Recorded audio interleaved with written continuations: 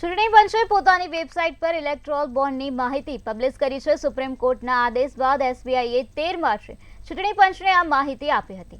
આ અંગે ગુજરાત પ્રદેશ કોંગ્રેસના પ્રમુખ શક્તિસિંહ ગોહિલે ભાજપને ભ્રષ્ટાચારી ગણાવી આક્ષેપોની વણઝાર લગાવી હતી। તેમણે કહ્યું કે સુપ્રીમ કોર્ટે ભાજપના ભ્રષ્ટાચારી ચહેરાને જનતા સામે ખુલ્લો મૂકી દીધો છે। શક્તિસિંહે કઈ કંપની પર દરોડા પાડ્યા બાદ ભાજપને તેણે દાનમાં કેટલું નાણું આપ્યું એની દાખલારૂપ વિગતો આપે છે અને આ સાથે ભયમુક્ત ભ્રષ્ટાચાર મામલે ભાજપની ઝાટકણી કાઢી છે।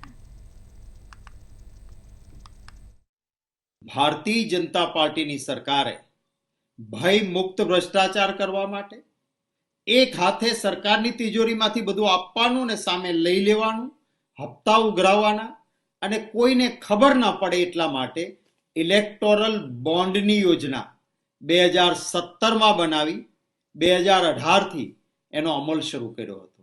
એટલે કે 1000 રૂપિયાથી માંડીને 1 કરોડ રૂપિયા સુધીના બોન્ડ ખરીદાય, અમર્યાદિત ખરીદી શકાય, કરોડો રૂપિયાના ખરીદી શકાય અને આ બોન્ડ બેંકમાંથી ખરીદીને રાજકીય પાર્ટીને દાન આપો તમે તો કોણે આપ્યું છે, કેટલું આપ્યું છે, કોઈ માહિતી જાહેર કરવાની જ નહીં, બધું ગુપ્ત રાખવાનું।